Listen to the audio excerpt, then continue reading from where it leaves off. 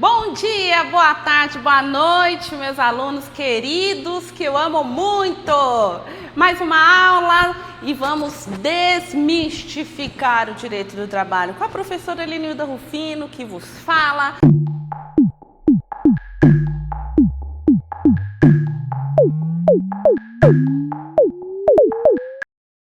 Para quem não me conhece, sou professora universitária, sou doutoranda em Ciência Jurídica pela UNSA, na Argentina, sou mestre em Direito do Trabalho pela PUC São Paulo, especialista em Direito e Processo do Trabalho e Direito Constitucional pela Mackenzie. Bem, antes de qualquer coisa, eu quero divulgar para vocês, os meus canais de contato, para que vocês possam seguir. O Instagram, @prof.elenildarufino. O material da aula de hoje, que nós falaremos acerca de dispensa do empregado por justa causa. Nós vamos entender, queridos, quais são as possibilidades de justa causa do empregado e vamos destrinchar o artigo 482 da CLT, que é o artigo que nos traz as possibilidades de dispensa de justa causa, tá? Sem mais delongas, se você quiser ter acesso, a adquirir esse material que eu divulgo para vocês aqui de forma completa, aprofundada, basta clicar no link abaixo da descrição e você você será direcionado para que você tem esse material aí em mãos, tá bom? Vamos lá, meus amores. Bom, minha equipe querida, podem me dizer onde está a minha caneta? Achei. Bem, vamos lá. Dispensa de empregado por justa causa, possibilidades. Antes de qualquer coisa, queridos, nós vamos entender quais são as formas de punição, do empregado. E a mais grave delas é a justa causa. Mas precisamos entender que o empregador ele também tem outras maneiras de punir o empregado e a primeira e mais conhecida é a advertência, tá? Na sequência, nós temos a suspensão do empregado das funções de trabalho e, por fim, a justa causa, que nós nos aprofundaremos hoje nesta aula. Um conceito sucinto acerca da advertência. A advertência, meus amados, ela não está, pelo amor de Deus, coloquem isso em mente, ela não está na CLT, tá? A advertência, ela é um costume praticado pelas empresas, pelos empregadores, e ela é aplicada quando o empregado comete deslizes, que nós costumamos dizer que são aqueles deslizes mais leves, aquelas situações em que não trouxe um prejuízo para a empresa, mas foi um comportamento inadequado dentro da companhia ali durante o horário de trabalho, ok? Na sequência, nós temos a suspensão.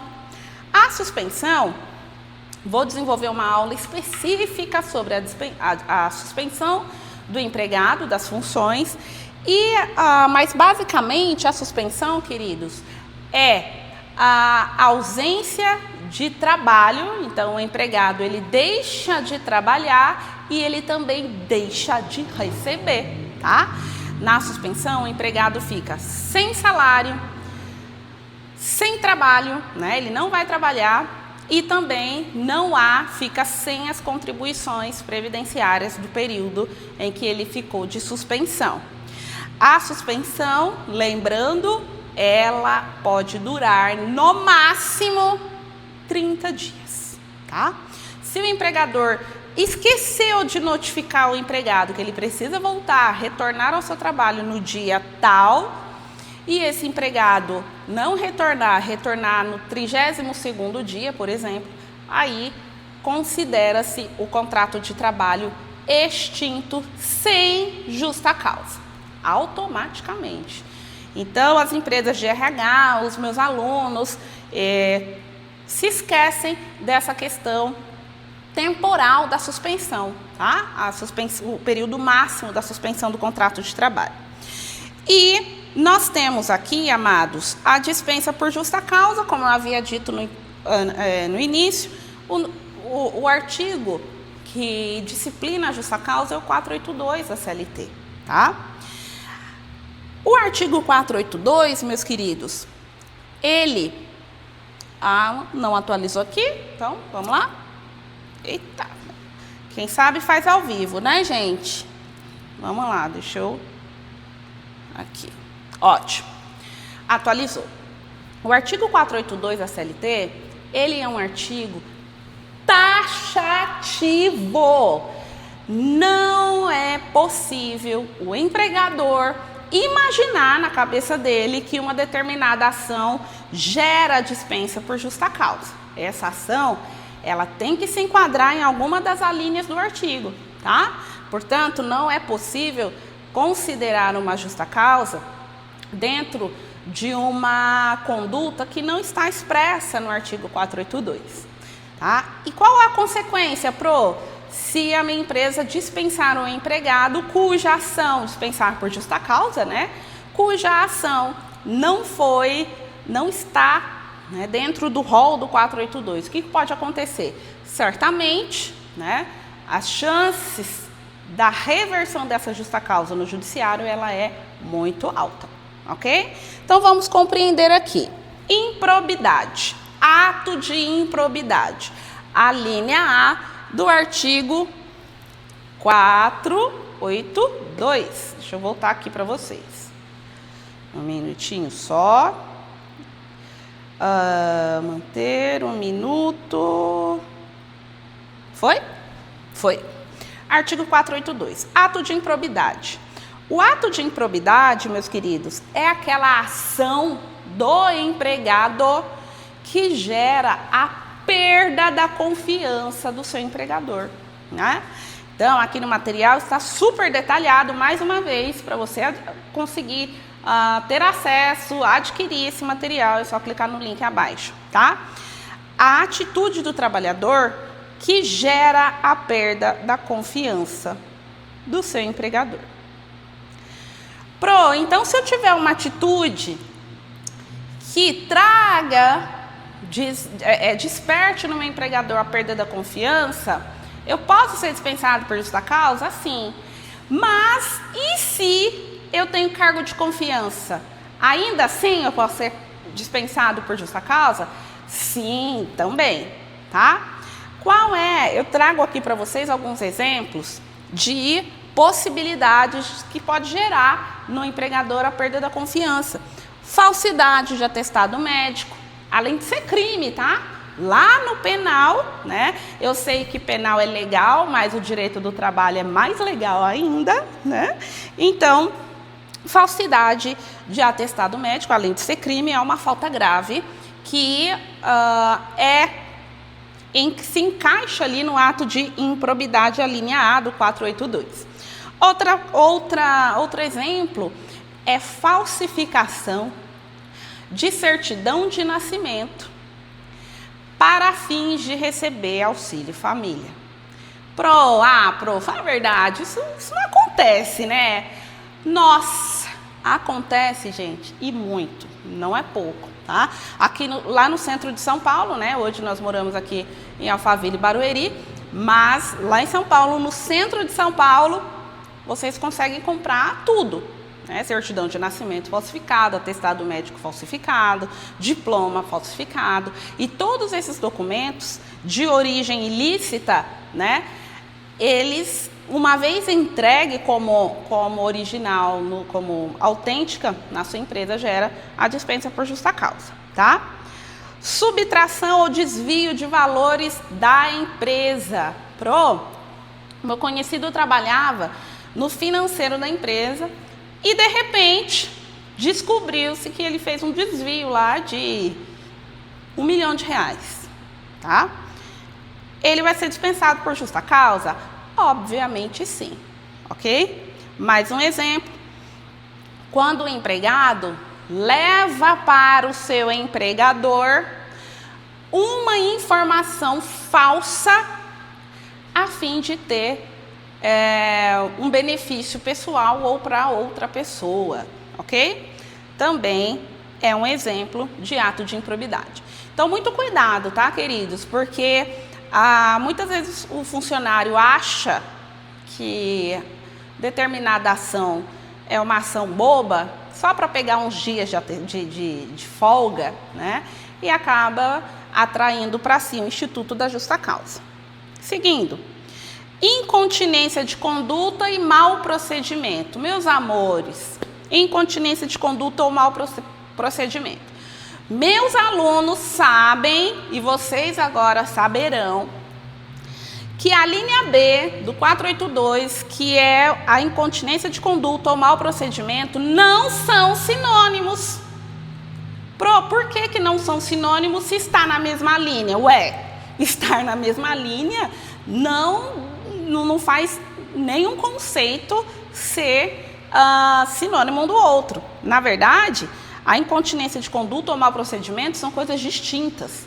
E muitos funcionários de RH erram, porque tratam como situações sinônimas. Então, vamos desmembrar um do outro. A incontinência de conduta, meus amados, é aquela ação do empregado que tem relação com a sexualidade, tá? Tem correlação com questões sexuais.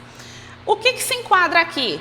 Se enquadra aquela conduta do empregado ou da empregada, né? Não há diferença nesse item, em que o empregado como um todo, ele faz aquelas cantadas grosseiras. Sabe aquelas cantadas de baixo calão, sabe?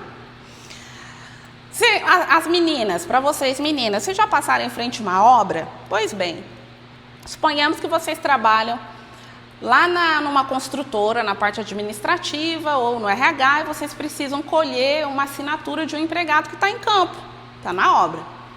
Aí você, o arquiteta, vai até esse empregado que está em campo. Quando essa empregada entra na área ali onde eles estão, ela ouve algo nesse sentido. Sabe aquela coisa assim? Nossa! Ei, vem falar comigo, hein? O sol brilhou aqui dentro hoje. Eita, coisa boa! Aquela coisa bem baixa. Pois bem, gente, pode gerar uma dispensa por justa causa, principalmente se isso afetar a convivência entre esses empregados. A vítima, né, dessa cantada baixa e o empregado que cometeu essa falha, ok? Então, esse tipo de ação do empregado ou da empregada também, né? Hoje as meninas estão até um pouquinho mais sapecas do que os meninos. Então, esse tipo de atitude pode gerar justa causa, até porque ultrapassa a linha do bom convívio, tá, gente? Ultrapassou a linha do bom convívio, tem relação com a sexualidade, com o corpo da moça, do rapaz, encaixa-se em incontinência de conduta. Já o mau procedimento está ligado a situações que têm a ver com o comportamento do empregado no ambiente de trabalho. Vejam bem, deixar de usar o uniforme, não ter zelo pelo bem material da empresa. Todo mundo, alguns de vocês sabem, meu esposo ele é executivo, já aconteceu de ele me consultar de uma situação em que havia um funcionário que quebrava o computador a cada 2 meses. Cada 2 meses o computador quebrava e tinha que ser trocado. Só que não era assim quebrar de parar de funcionar as questões de processamento. Não, era quebrar mesmo, sabe? Faltando tecla, com a tela quebrada. Esse ato reiterado, amados, ele começa a trazer um prejuízo relevante para a companhia. Então, esse empregado, ele pode sim sofrer uma justa causa, ok? Então, o mau procedimento está ligado a esse tipo de comportamento no ambiente de trabalho que afeta o desempenho e a postura que aquele empregado deveria ter na companhia, tá? Esses procedimentos, portanto, o empregado várias vezes sendo advertido, né, com uma sequência de acontecimentos nesse sentido, fica-se ali concretizada a possibilidade da justa causa, tá? Então, desmembramos aí a linha B do 482. A linha C, isso aqui acontece muito hoje em dia, e os empregados, muitos deles, e muitos alunos, e muitos concurseiros, meus parceiros aí de concurso, se esquecem de analisar a linha C da maneira que deve, né? E nós temos também que desmembrar. No caso da negociação habitual por conta própria e sem a permissão do empregador. Então, vamos parar por aqui na primeira parte, tá? Da linha. Sabe aquela revistinha do Avon que determinada empregada ou empregado leva para a empresa para vender? Pois bem, se essa empregada não pediu a autorização do seu empregador, ela corre um sério risco de, como eu disse, reiterado essa atitude e não sanado essa questão, pode gerar, sim, uma justa causa, tá? Constituir concorrência com a empresa que você trabalha a tal ponto que atrapalhe o desempenho, né, o faturamento da empresa. Vou dar um exemplo para vocês. Suponhamos que eu sou vendedora em uma loja da Nike, tá? Não ganho nada para falar da Nike. Então, se a Nike quiser me patrocinar, fica aqui, né, um convite. Mas suponhamos que eu tenho uma franquia da Nike e nessa franquia eu tenho 3 funcionárias, a Maria, a Gabriela e a Betina. A Betina, ela costuma fazer viagens para o Paraguai e comprar produtos lá no Paraguai para revender aqui no Brasil. Aí, eu tenho um cliente, ele entra, ele procura um modelo de tênis que ele de repente não encontra, e aí vai a Betina e fala assim, você não encontrou um produto que te atenda? Aí o cliente fala, não, infelizmente estou procurando um tênis assim, assado. Ao invés de a Betina ter uma atitude que o seu empregador esperava, que é o quê? Oferecer outros produtos similares que atendam à necessidade daquele cliente. A Betina vira e fala assim, olha, eu também vendo tênis, eu posso te entregar. Onde o senhor mora? Eu moro em tal lugar. Que coincidência, muito próximo da minha residência. Então faz assim, hoje à noite eu levo lá. E eu levo a minha maquininha para o senhor adquirir o meu produto. O empregador, né, eu que sou a empregadora da Betina, eu coloquei uma bela cobra dentro da minha empresa, vocês concordam? E ela está tirando o cliente da minha empresa e oferecendo um produto, né, que ela comercializa. Então, ela está visando um bem próprio em detrimento da empresa. Esse tipo de conduta é uma conduta que gera justa causa, tá? Então, trazendo aqui para o nosso material, esse material que está completíssimo, lindo, organizado, estruturado, em forma de e-book, perfeito, você pode adquirir no link abaixo, ok? Então, vamos lá. Negociação habitual por conta própria ou alheia. Então, aqui, né, eu trouxe para vocês que algumas empresas permitem, outras não, mas é aquela negociação dentro do ambiente de trabalho que restringe, né? Tem empresas que restringem essa prática, essa atitude, e o empregado está lá só passando por debaixo da mesa a revistinha do Avon, o bombom, ok? Agora, constituir ato de concorrência à empresa para o qual trabalha, que também é o que eu trouxe para vocês como exemplo. E aqui está perfeitamente explicado para vocês no material. A linha D. Condenação criminal do empregado passada e julgada, caso não haja suspensão da execução da pena.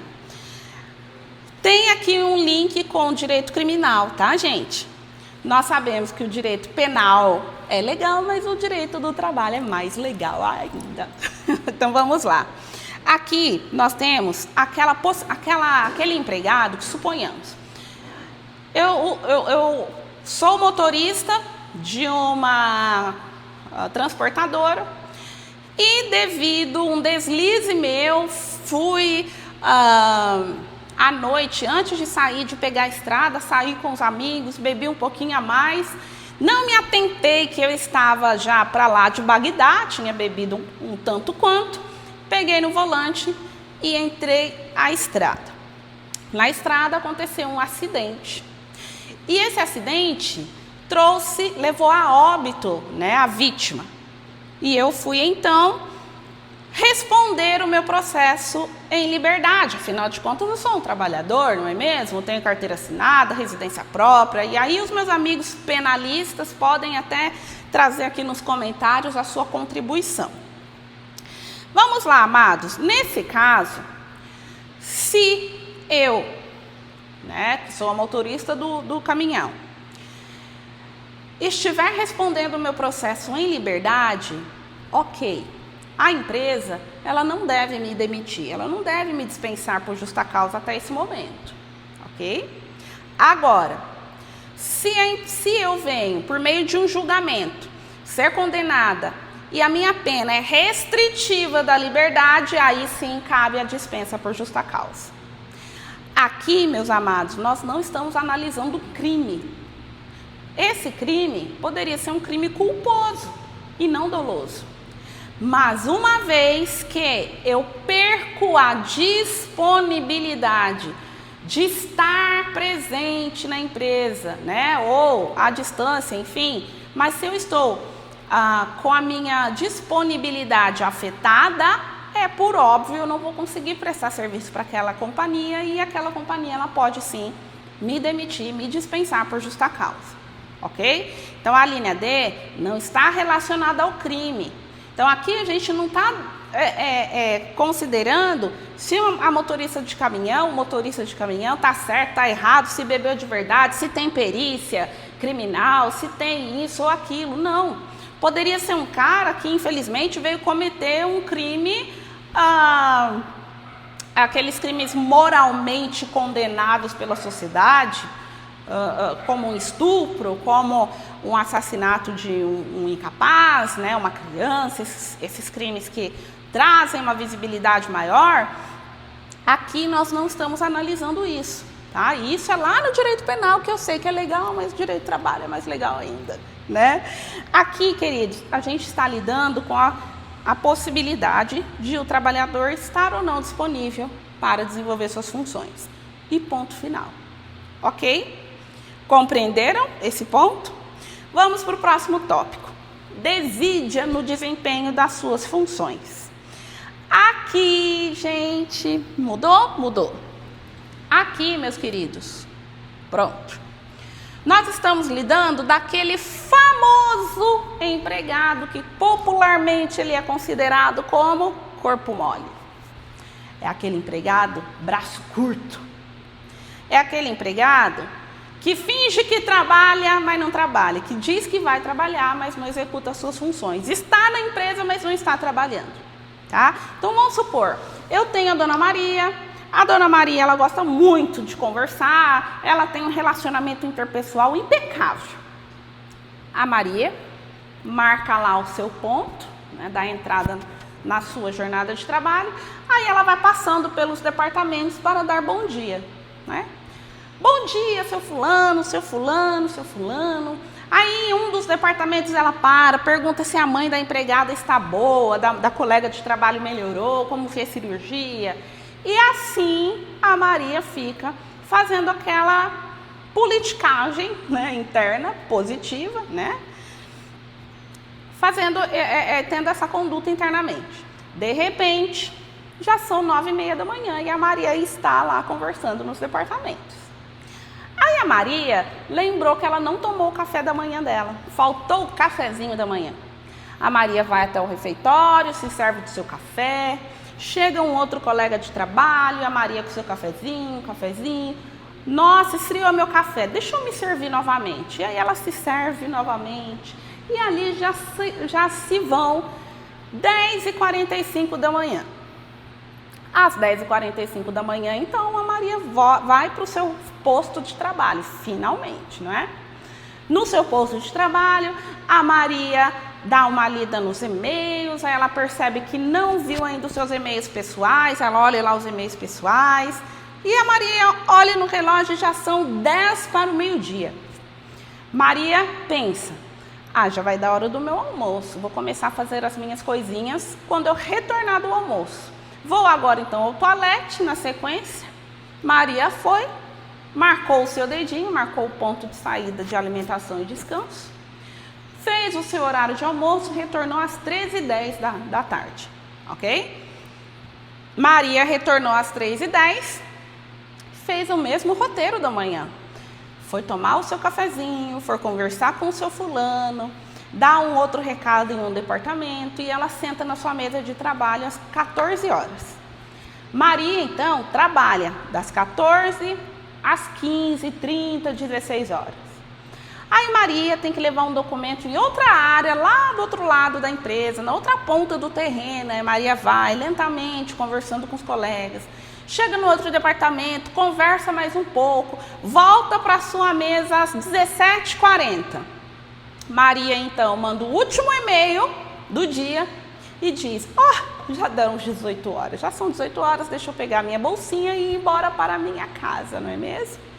Maria, então, vai para casa, marca o seu pontinho e vai para casa.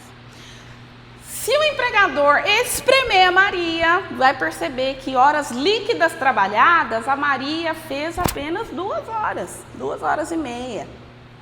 Só que Maria permaneceu na empresa às 8 horas de jornada de trabalho. Esse ato, novamente, reiterado, faz com que a Maria seja, assim, abarcada pela dispensa por justa causa. Por quê? Por desídia. Desídia no desempenho das funções. Ok? Aí eu trago para vocês aqui no restante do material, que mais uma vez eu repito, basta acessar o link abaixo, e eu coloco, né, a desídia, ela é um tanto difícil de ser caracterizada, né? É necessário cumprir alguns tópicos aqui para que o empregador consiga fazer a dispensa por justa causa de forma juridicamente segura. Lembrando que no caso da desídia é necessário ter a gradação das punições, tá? Então, nesse ponto, é muito bem-vindo, primeiro, advertir a empregada, na sequência de alguma série de advertência, a aplicação da suspensão, para quê? Para que se, eventualmente, essa empregada ingressar com uma ação judicial, a empresa consiga provar por A mais B que ela fez de tudo para que Maria mudasse o seu comportamento durante a sua jornada de trabalho. Embriaguez habitual em serviço. Aqui eu preciso contextualizar vocês, tá? A nossa CLT, amados, ela foi escrita em 1943, tá? Essa linha, ela é de 1943. Portanto, lá em 1943, a embriaguez, ela não era vista como ela é vista hoje em dia.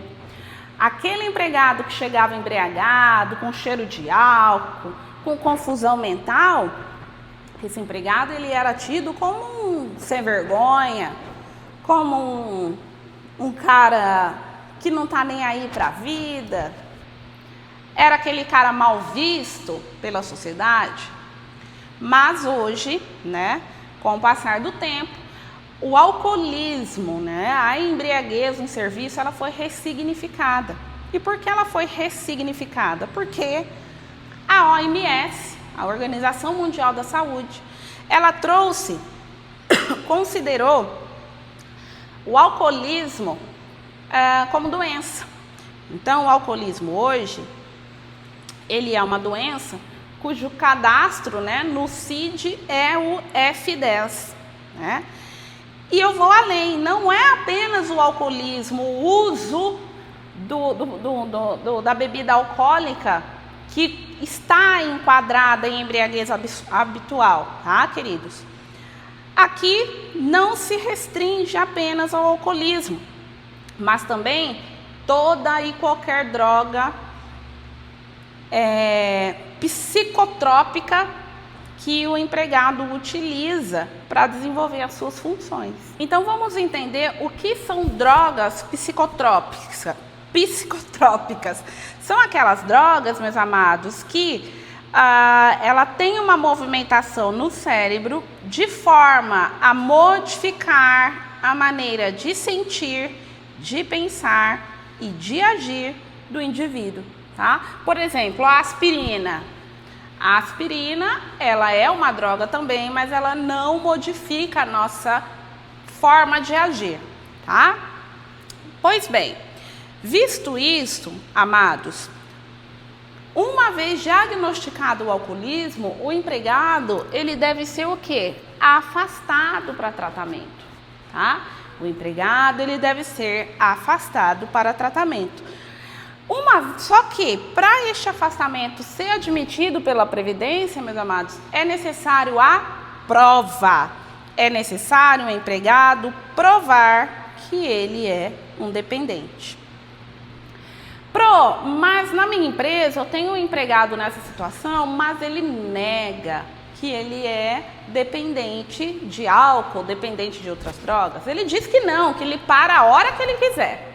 Mas, queridos, é normal essa negação de muitos indivíduos, né, que têm esse tipo de doença, né?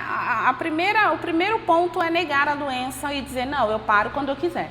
Entretanto, meus amados, nessas situações em que na empresa o empregado ele se nega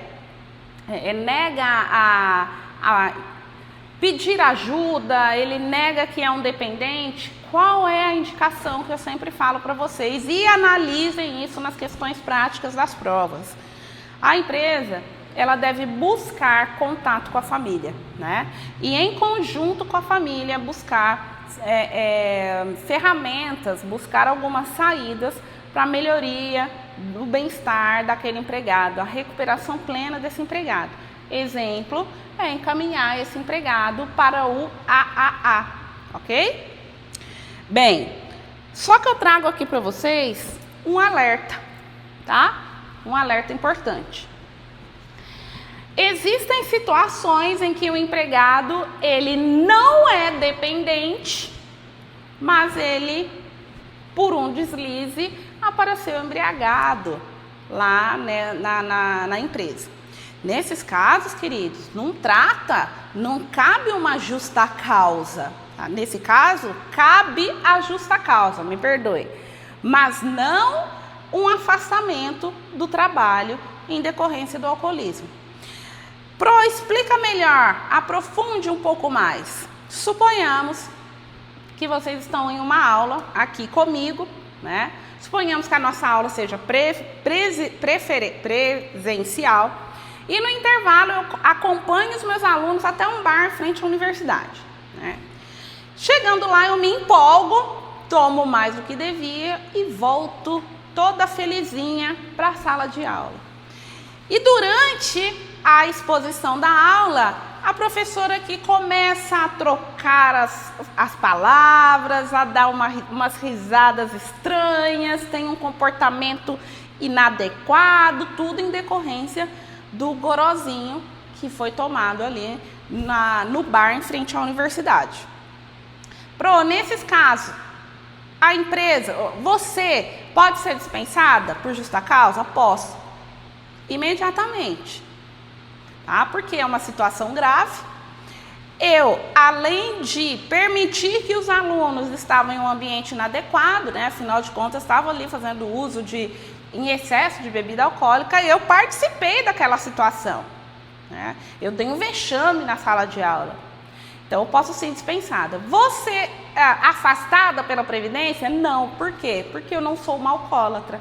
Foi um deslize que foi dado que custou o emprego da professora, ok? Então, é necessário que se tome muito cuidado com essa questão. A linha J. A linha J fala da violação ao segredo de justiça da empresa. Aqui o próprio nome já é autoexplicativo, né? Se um gerente ou qualquer pessoa da equipe de um departamento e eles estão ali às vésperas de um lançamento, de um produto importante, de um produto que vai ser uma mudança de ares em determinada área, e esse membro da equipe, ele simplesmente vaza a estratégia de marketing que vai ser utilizada para aquele lançamento. E essa estratégia de marketing, uma vez vazada, prejudicou completamente a campanha e o faturamento que aquela empresa teria em decorrência daquele lançamento simplesmente vai para o brejo. Então, esse é um exemplo, tá? Caracterizada essa violação, o empregado será dispensado, sim, por justa causa. Seguindo, ato de indisciplina e insubordinação. Aqui é muito importante, nós vamos usar a mesma técnica das alíneas anteriores, tá? Desmembrar o que é ato de indisciplina e o que é ato de insubordinação. O ato de indisciplina, queridos, é aquela ordem que foi dada para toda a empresa, mas aquele indivíduo não acata, ok? É o ato de desrespeitar uma ordem geral da companhia. Por exemplo, a companhia determina e mantém aquelas plaquinhas, não fumar neste local. Mas o empregado não está nem aí para aquela plaquinha, afinal de contas, ele precisa satisfazer ali a sua necessidade, né, de fumar. E ele continua reiteradamente fumando em um ambiente de trabalho. Cabe dispensa por justa causa? Cabe, ok? Ato de insubordinação. A diferença entre o ato de indisciplina para o ato de insubordinação é que o ato de insubordinação é o desrespeito a uma ordem específica que foi dada para aquele empregado. Exemplo, quando o gestor me pede para fazer um trabalho e eu simplesmente finjo que não estou ouvindo, é um ato de indisciplina, ok? Lembrando, meus queridos, que o ato de indisciplina, assim como o ato de insubordinação, é muito importante respeitar a gradação da punição. Por quê?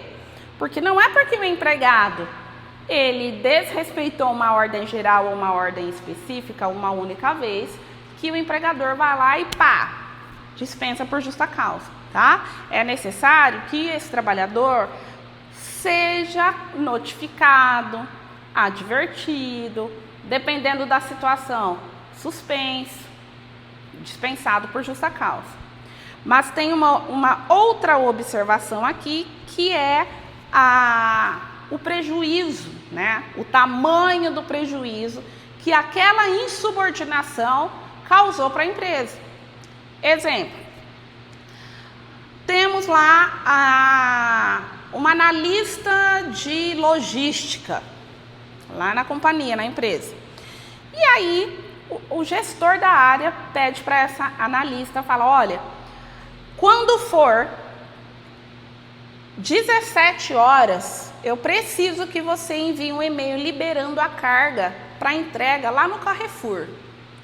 Tá? Eu sou uma fornecedora que eu entrego lá no Carrefour centenas de peças, centenas de fardos de papel higiênico. Tá?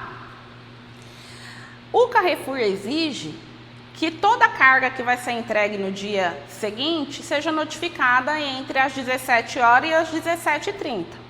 O gestor deu essa ordem específica para aquela empregada, mas aquela empregada simplesmente não seguiu aquela ordem. Tá? ela, por um ato de rebeldia, falou: imagina que eu vou ficar aqui até esse horário, hoje eu quero ir embora mais cedo, porque eu estou irritadíssima com o meu chefe. E deixa de fazer, né, essa ordem específica.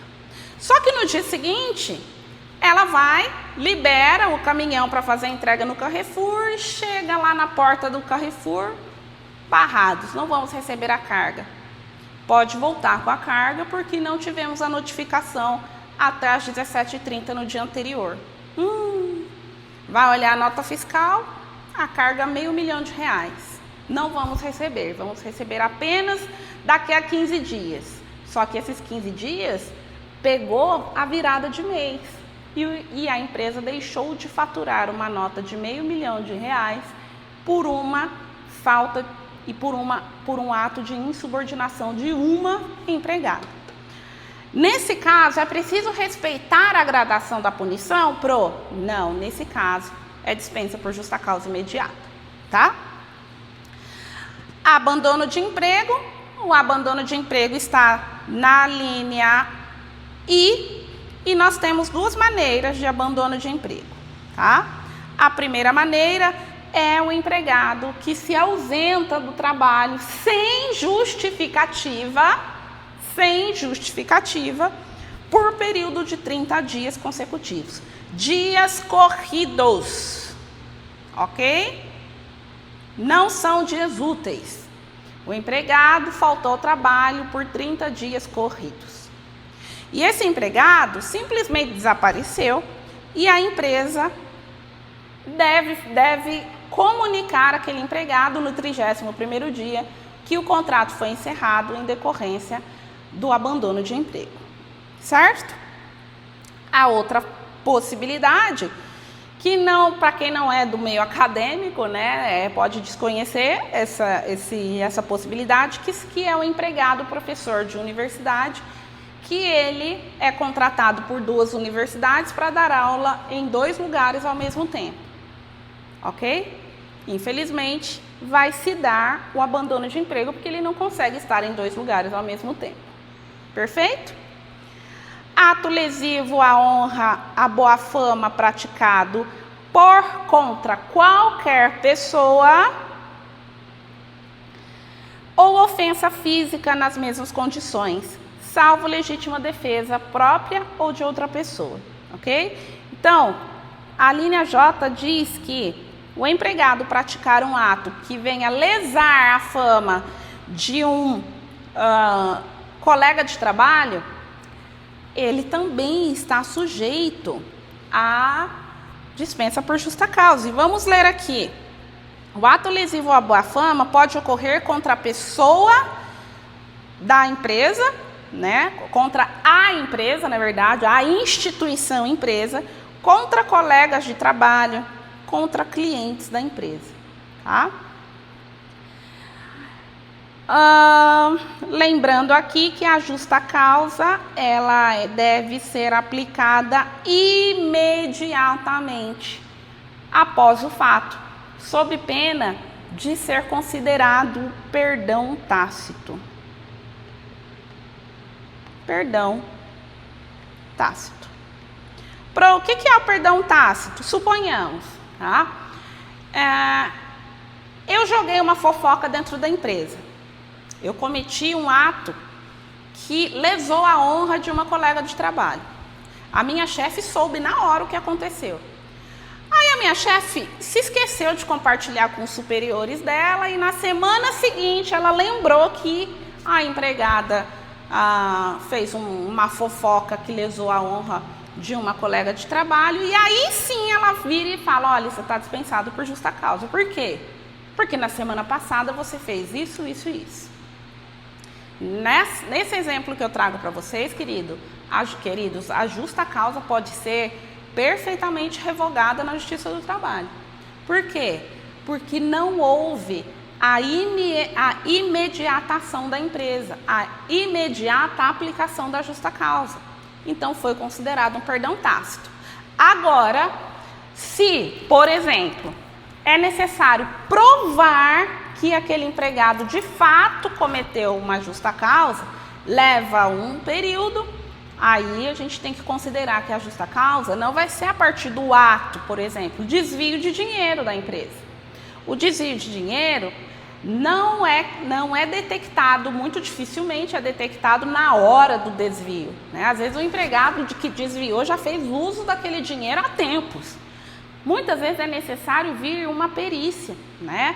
Vir especialistas de contabilidade do sistema de finanças ali na empresa para ver como ele conseguiu burlar o sistema. Somente depois de a empresa, por meio de um processo administrativo, conseguir a prova cabal que aquele empregado cometeu um desvio da empresa, aí sim cabe a justa causa. Ok? O ato lesivo à honra ou à fama da pessoa do empregador. Aqui é contra o CPF do empregador, certo? Ou seus superiores hierárquicos. Lembrando, salvo em legítima defesa própria ou de outras pessoas. Ok? Prática constante de jogos de azar. Lá no meu Instagram, queridos, @prof.helenilda_rufino, eu compartilhei um julgado recente que nós tivemos, um julgado desse mês ainda, de fevereiro, né? Estamos em fevereiro de 2025. E esse julgado, ele trouxe a confirmação da dispensa por justa causa em decorrência de uma empregada jogar jogos de azar no período de trabalho dela, e além de jogar jogos de azar dentro da companhia durante a sua jornada de trabalho, ela ainda assediava colegas de trabalho para que também aderisse aos jogos, tá? Aquelas apostas online. Claro, justa causa confirmada pelo Tribunal do Trabalho, Tribunal Regional, ok? Perda, a linha perda da habilitação ou dos requisitos legais para o exercício da função em decorrência de conduta dolosa. Vou voltar, meus amados, lá no exemplo do motorista. O motorista, em decorrência do uso de entorpecentes, de álcool, ele teve um acidente e, por meio desse acidente, ele perdeu o direito de dirigir, perdeu a sua carteira de habilitação.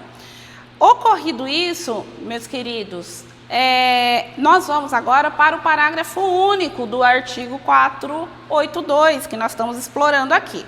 Diz o seguinte: constitui igualmente justa causa para a dispensa de empregado a prática devidamente comprovada em inquéritos administrativos, os atos atentatórios à segurança nacional. Isso aqui tem a ver com aqueles presos políticos e tal? Não os presos políticos que estão agora, né? A gente está vivendo uma situação um tanto delicada. Mas, amados, vejam bem, olha o ano em que esse parágrafo único foi inserido na CLT, em 66. E o que estava ocorrendo em meio ao ano de 1966? A ditadura militar. Ditadura militar. Então, esse parágrafo único, ele foi exposto, incluído ao artigo 482, em decorrência de um fato histórico, tá? Mas hoje, na CLT, ele caiu em desuso. Perfeito? Bom, para finalizar, eu apenas quero reforçar com vocês que tanto a aplicação da justa causa para o empregado, quanto a rescisão indireta, que é a justa causa do empregado para o empregador, eles são taxativos. Essas hipóteses são taxativas, tá? Nada que não se enquadre nas alíneas que nós vimos juntos pode ser considerado justa causa, ao bel prazer do empregador, ok? E assim finalizamos a aula de hoje. Eu agradeço imensamente. Opa, cadê foi? Aqui. Eu agradeço imensamente a presença de vocês.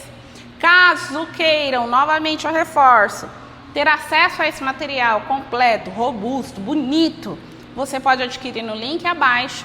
Também sigam-me nas redes sociais, @prof.helenilda_rufino, e lá você vai ter acesso a inúmeras informações, novidades, dicas de estudos acerca do direito do trabalho. Fiquem todos com Deus e até a próxima aula. Tchau, tchau!